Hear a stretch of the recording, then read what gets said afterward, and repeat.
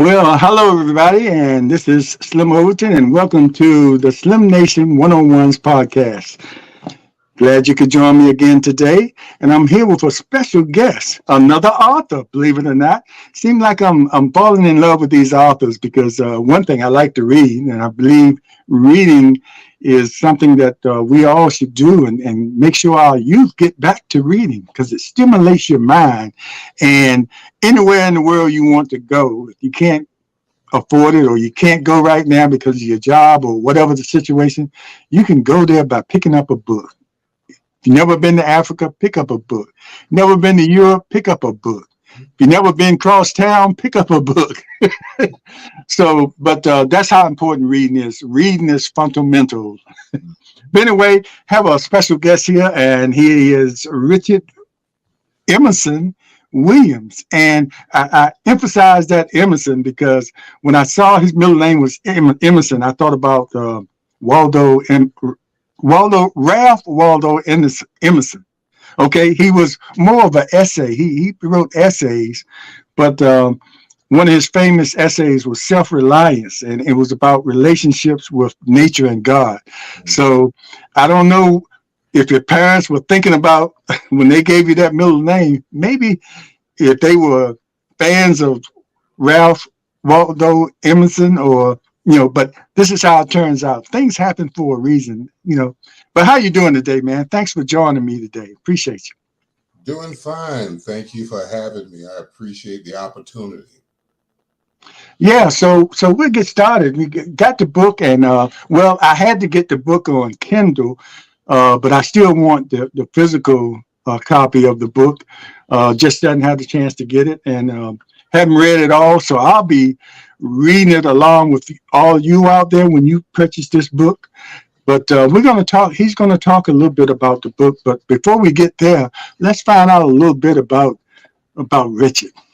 About Richard. Now, Richard, you grew up in public housing, and it was what the five of you. Yep, I'm the baby boy of five children. I have a sister who's younger. We were raised in Liberty Park. Liberty Park. And anybody we get people that listen from other areas, but anybody that lives in the Hampton Roads or the Tidewater area knows about Liberty Park. And so you in Liberty Park, and as a young kid, many of us have those strong imaginations, and we kind of have to have that sometimes, especially even though you have five brothers or four siblings, but sometimes you're alone, and you're in your own thoughts, and that imagination comes up. How did that manifest itself with you? Because I don't know if early on you were thinking about, I think I'm gonna be a writer one day. Some people know real early what they're gonna be, but I don't know too many people that are real young age that think they're gonna be a writer. But that imagination is there, and it just continues to grow. How did that manifest itself in you at a young age? What did you do with that? I don't think I thought about being a writer growing up. I think I enjoyed life to the fullest. I hung around with three other boys who were around my age, and we just had fun. We used to go into the woods and pretend we were like Robin Hood or somebody like that, or just hanging out in the neighborhood and playing baseball or playing football or laughing and joking, just doing what kids did. But being the baby boy with two other brothers, they didn't want me to hang with them. So I had to create my own fun. But I was always a jovial type person. I think I was probably one of the only people in my neighborhood who made some stilts and walked on them. See, now that's what I was talking about as far as that imagination. Even though you had brothers and sisters, you can't always tag along, especially if you're the youngest, because you're going to tell everything and they don't want you around. So you had to get creative and make those stilts, because just walking on your 2 feet wasn't enough. No. I enjoyed doing stuff like that. I enjoyed playing with stilts, and then my mom gave me a little part of the kitchen where I could use that as my little office. And I had a little stool that I sat on, and it was an old cabinet, metal cabinet with the little glass windows in the top. She gave me the bottom shelf, and everything that I found outside the house, I brought it in the house. I had a typewriter and all kinds of equipment in there that I pretend to work on.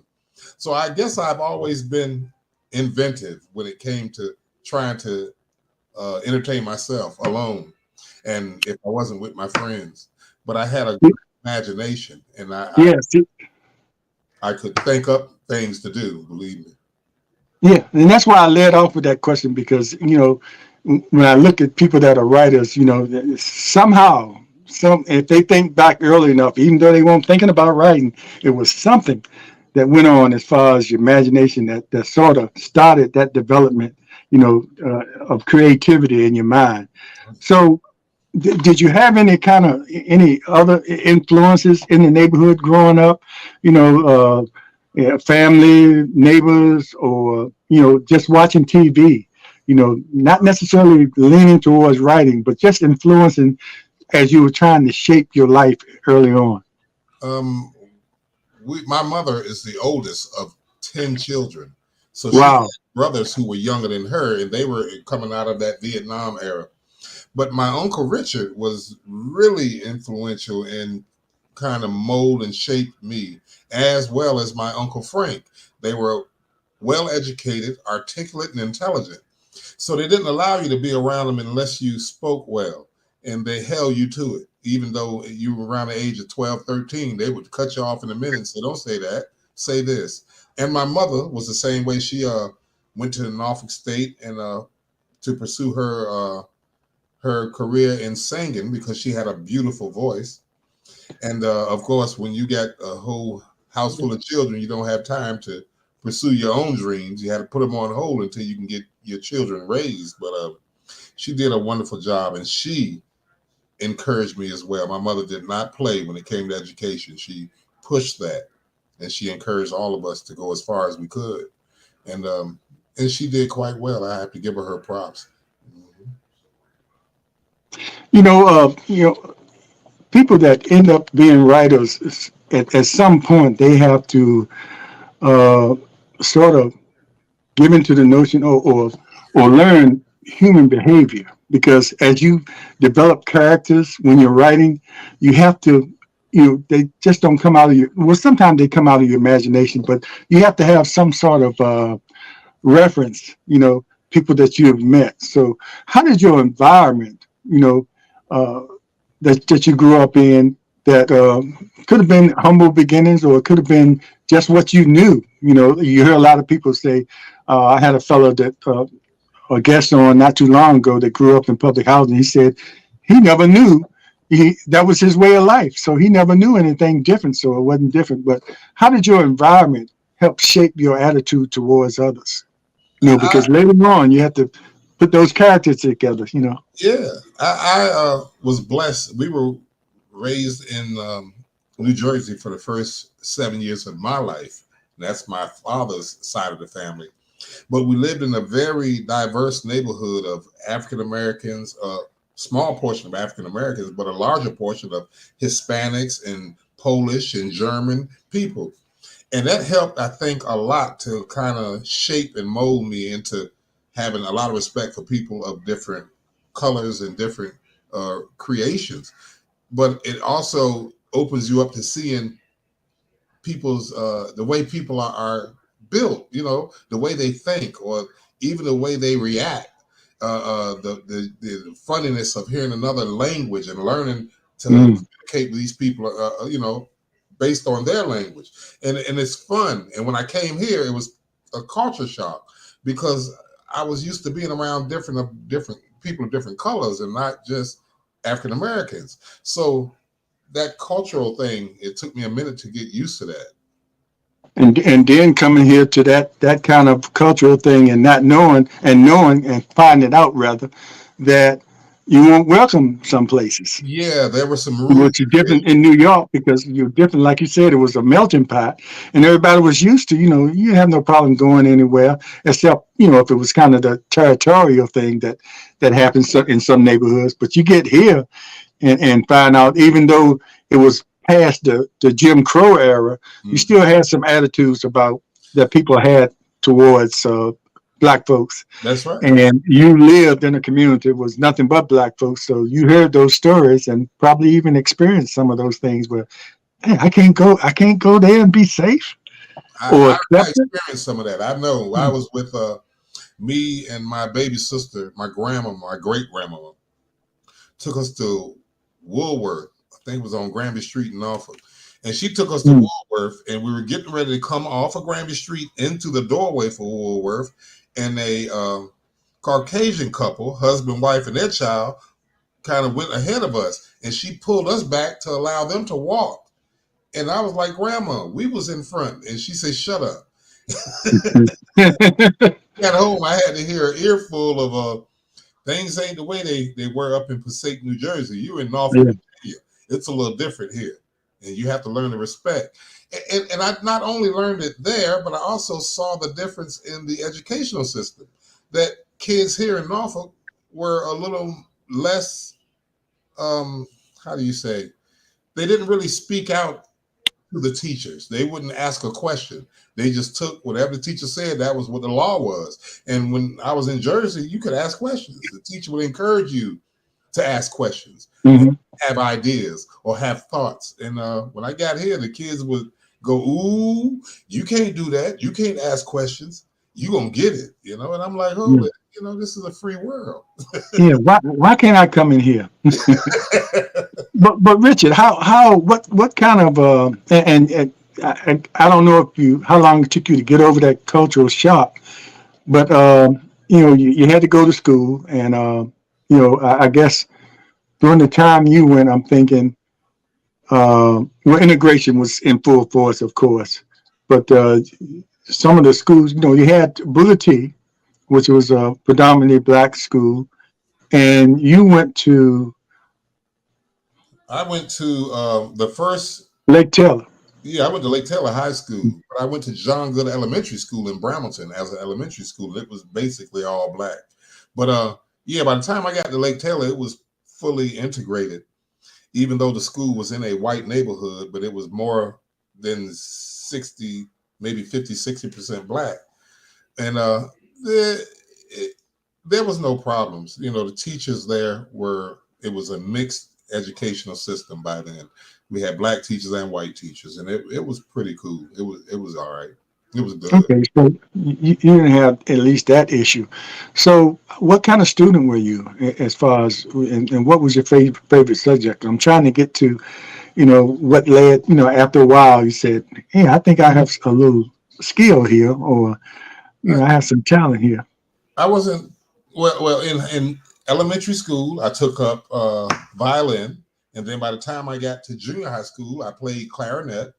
And then by the time I got to high school, I was still playing clarinet, and I wanted to get in the marching band at Lake Taylor, but I couldn't read music as fast as the Mm. other players. And the teacher kind of expressed, maybe you need to go to shop. Maybe you need to try wood shop. They made me Yeah. there, but I wasn't discouraged. I just wanted to have something to do. But as far as school was concerned, I never got into theater in school or into choir or chorus or anything else. Just the basics, reading and writing and arithmetic.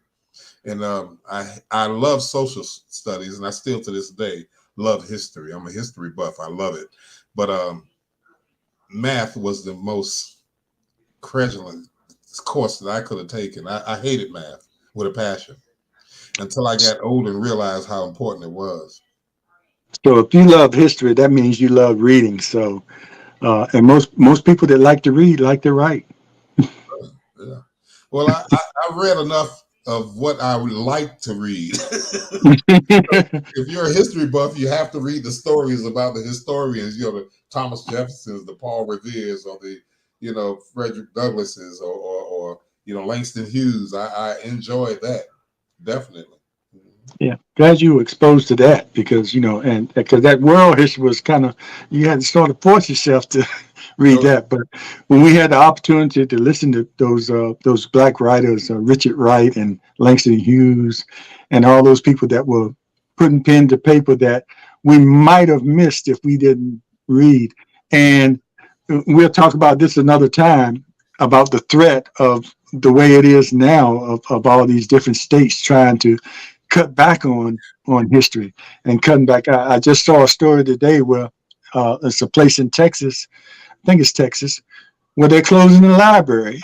mm, Imagine that, closing the library. But anyway, let's get into your writing now. So I know a lot went on in between.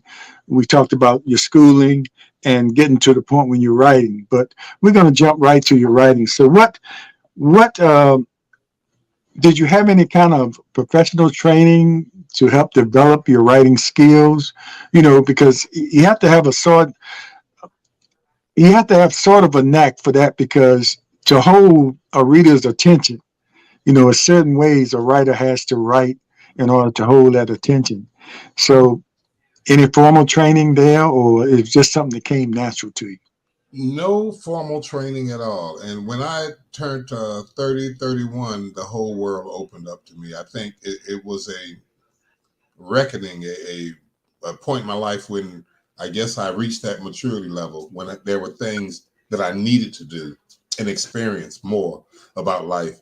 So you get away from being a knucklehead to being a bookhead. And Mm. what happened was a friend of mine asked me, would I become a member of the Players Guild, Norfolk Players Guild, and do theater? And they asked me, would I play a role in The Last Supper? So I said, sure, I'll do it. And after I took, the position and played that role, uh, I was bit. I was Mm. stuck. I mean, I enjoyed it. I had never done it before, and it was wonderful. So as I started doing more plays, I realized that I had to memorize my lines, and I was having problems. So the director expressed to me, he said, Richard, do you It's write? like reading that music, huh? Yeah, it's just like we're right back to band class. But Yeah. he said, if you start writing poetry, just a couple of lines and memorize them, it'll help you to build and strengthen your brain to remember your lines for plays. And of course it worked. I started writing poetry. And I started So writing your poetry. thespian experience is also a part of your development. You know, you said you had no formal training, but it's a lot of other things that can come into play that can help your development. We mentioned earlier about, when you were up north, all the different people, the diversity of the people that you met there, that also helps you later on down the road with character development. So it's all sorts of things beyond formal training that Mhm, can help you become uh, a good writer, a more. good author. Mhm. You're right. And you'd So, be surprised at how the little things can come back to remind you of what your thoughts are and how you can how you can imagine things a lot quicker than you thought you could, or even have memories of your past. But things in life help a lot. And I started writing. I wrote a book called Black Bottom about a transitional period of a family moving from the north to the south. But I never got it published. But it was a good write for me. I enjoyed doing it. So when it came time for me to write this book, Worth the Wait, it was at a pivotal time in my life when I was going through a whole lot more transitional period. Uh, you know, life throws you, a curve sometimes. You have to deal with death and desertion or disappointment, and sometimes it'll wake you up. And it was an awakening. This book was an awakening for me. yeah, and that's when kind of religion comes into play, because now coming up in a black family for a two-parent household, religion was probably around there, and most parents plant that seed, but that seed either grows quickly or it takes a while for it to develop. But once they plant it, it's there. So eventually that seed grew within you as far as your faith and your religion. So how and when did that come into play, and how much does that come into play as far as your writing? Religion has always been a part of our lives. Even when we were 4 and 5 years old in New Jersey, we used to go to church on Sunday, and we used to sing in the children's choir. So Mhm. when I came here from Jersey, I had an Uncle Moses Lewis, who was a pastor, and he came to see you. My grandmama, which was his niece, he would come to see her on Saturdays. He would bring her 2 live chickens and bring the hair clippers with him. And he'd also bring his anointing oil. So believe me, he had something for everybody in that house on Saturday morning. Either you need to get a haircut or you need to get your head anointed and prayed for. So religion has always been a pivotal part of my life. It played a strong part of my life. But of course, when you're young, I can't say that we don't feel like we have a need for religion, but Mhm. it's not as prevalent because we think that we're going to live forever. And we're always going to be able to run, skip, and jump and do what we want to do. But as we grow, we learn. We learn. Yeah, that's why I mentioned that planting the seed analogy, because most of our parents were planting it, and it grows at different paces for different people. Mm-hmm. So worth the wait.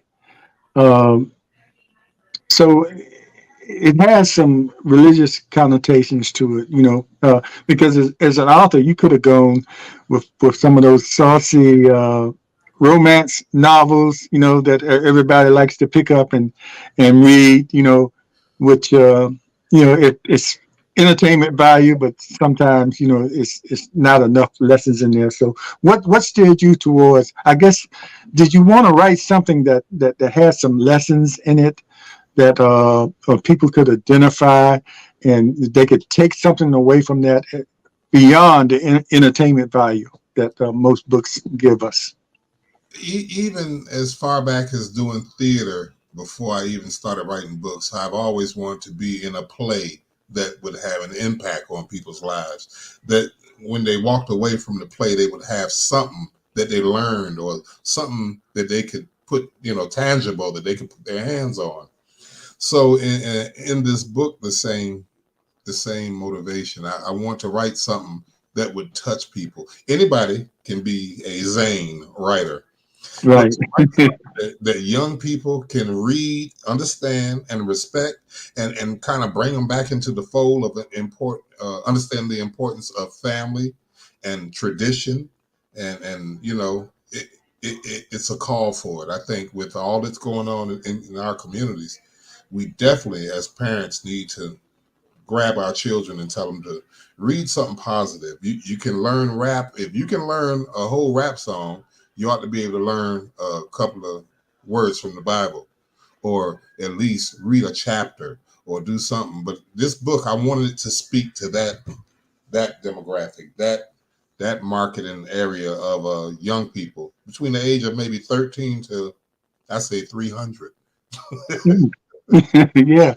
So give us a little teaser. Of course, you want people to buy the book in order to you want the sales, and of course you want people to experience what you wrote. And before we go there, many people, once they get the writing buzz, or they want to express themselves in the form of a book, and like I mentioned, you didn't go the Zane route, with the sauce, like I mentioned, that saucy romance kind of stuff. Zane was really saucy.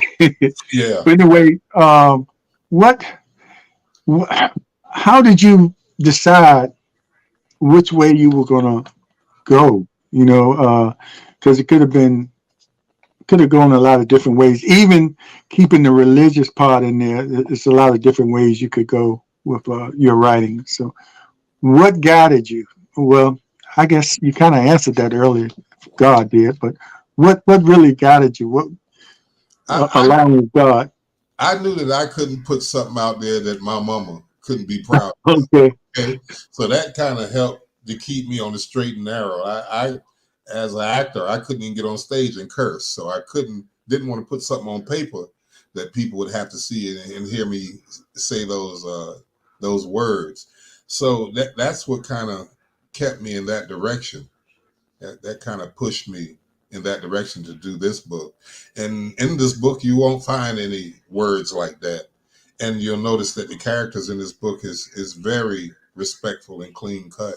That's why I'm proud to write something that you don't have to, turn your head to the side when people are reading it and ask you questions about it, because it's all based on God's plan and what God has for us. Every situation in our lives ain't the end. It's not the end all be all. There is a tomorrow. If you get the breath in you, there's a tomorrow, and you can live through it. And that's Yes, why. indeed. Mhm. And the part I've read so far is captivating, and we live in a society now where they feel sensation sells, sex sells, if it bleeds, it leads, and all that kind of things. But people need to just take their time and sit down and read the book. But I asked you just a little while ago to give us a little teaser so you can tell us the premise of the book. The And the beginning of the book, it starts out about three young men raised in an orphan environment by a religious couple in their later years. And as they grew older, boys are rough and tumble. They got in fights and played and scraped and scrambled. And but that religious couple kept their fingers on them and kept them, in line. So as they got older, the wife of the religious couple passed away, and the father expressed to those three young men that, look, y'all are in your grown years now. You're above 18, and it's time for y'all to start your own lives. So another member of the family encouraged the oldest boy, Ernest Brown, to go down to Louisiana and get a job at a shipyard that was opening. So he went down Louisiana and got a job down there welding.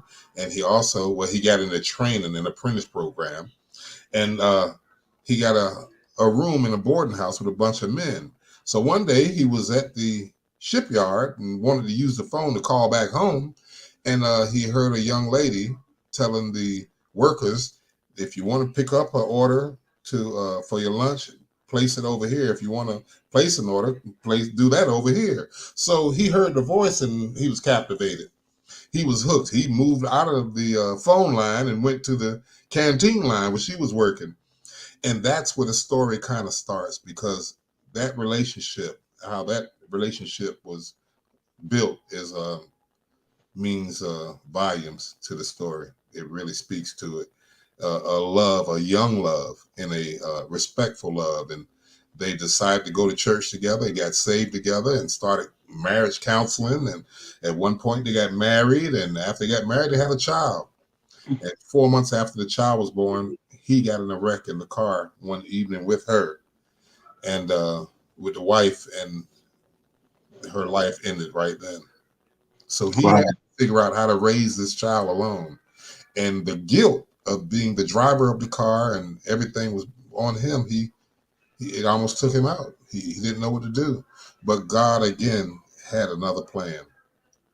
And the church was very supportive of helping him to raise the child and babysit and bringing him food and dinners. And God just told him, he said, if you come and work for me for the rest of your life, you'll be fine. And that's what he did. He became a minister, and he raised that boy as a minister.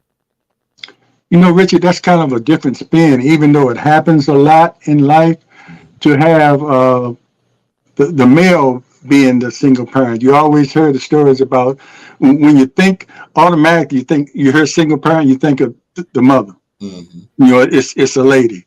You know, but not often it doesn't come immediate to your mind that it's a single father raising the mother. Mm-hmm. But it also, even though he's doing that and establishing that relationship early on with his son before he gets grown himself, it also shows you, if you read between the lines, shows you the importance of the mother there, even raising a boy, because still it's certain things that the mother can contribute to that boy's education.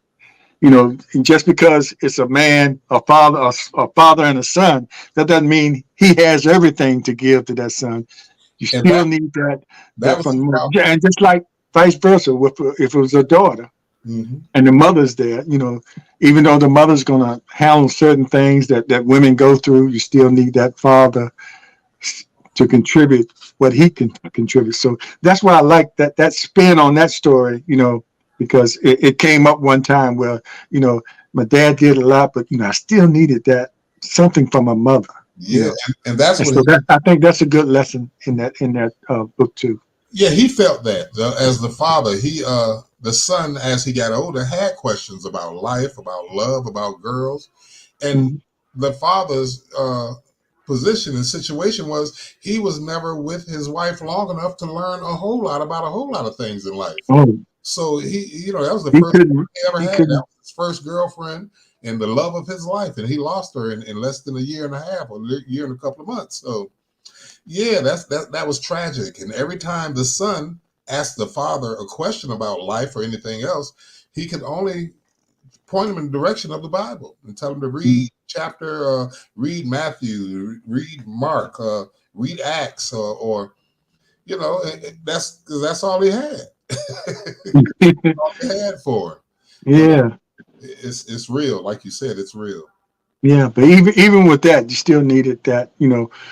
Just like when when it came time when he was going to deal with a woman. And a lot of times having that woman in the household that teaches you how you're going to treat the women you run into in your life, and that's not something he could teach his son. But but life happens like that. Yeah. And you just have to learn to adjust. But But like you said, going to the Bible, the answers are there. they're there. If they're nowhere else, they're there. So And he made sure he put that in his son, that respect a woman. mhm. You don't just love her for the way she looks. Love her for being the person she is. Respect Indeed. a woman always. And he put that in him. And that was a good thing for a father to encourage his son to be, because, back in them days, boys were boys, men were men. He had a bad reputation, the son did, not a bad reputation, but a reputation for being the good kid, a PK, preacher's kid in school. And all the kids kind of joked him a little bit about it, but he had good morals, good principles. And they followed him all the way through life, his principles, morals, and his respect. And that's important when you carry that, when people know who you are because of the way you are. So it's a lot more experiences, even though you gave the premise there, and we talked a little bit about the story, the beginning of the story, and the main character Ernest Brown, and it's a lot more to the story. So let people know where they can get the book, and if you get a chance, maybe you can hold the cover up to the camera, and people can see what it looks like. But it's This book is on Amazon and Barnes and Noble, and probably soon it'll be on Facebook as well as Instagram and TikTok and LinkedIn. oh, okay. It's It's covering a little bit about the story. Yeah, So it's no excuse if you don't get the book, because it's different places. Everywhere people are, the book is going to be there. yeah, yeah. And So how? soon Go to come ahead. would be God's Plan is the sequel to this book, which Mm. goes out and lays out the rest of what happened from the end of Worth the Wait. Okay, the story continues, just like the streaming shows now on social media. It's all about segments. You don't have one story. You got segment. That's right. It's everything is a series, so it's continuation. So, Richard, I want to thank you for coming on, and we're going to continue to promote the book and probably have you back, especially after people get a chance, because, like you said, the book just came out in in June. Mhm. So this is fresh. So we have to give people a chance to get the book and read it, and then we'll come back later on and talk more about in depth about the story and what it's all about, and hopefully people can join in and tell what they like about the book. And authors like to get that feedback. You know, And I can't thank you enough for inviting me onto the show. Thank you so much for this forum that you use, this podcast, and I look forward to coming back and bring either that book or another book. how about that? But yeah, I appreciate you coming on. Like you said, like I say, everything happens for a reason. Is because of your brother Daryl that I got in touch with you, and that was nothing but faith there. It was meant to happen. And right before we go, I forgot to ask this earlier. The title. Where did a lot of times you write books and it's untitled. Did you start with the title and then write? Did you write and then come up with the title? But Worth the Wait.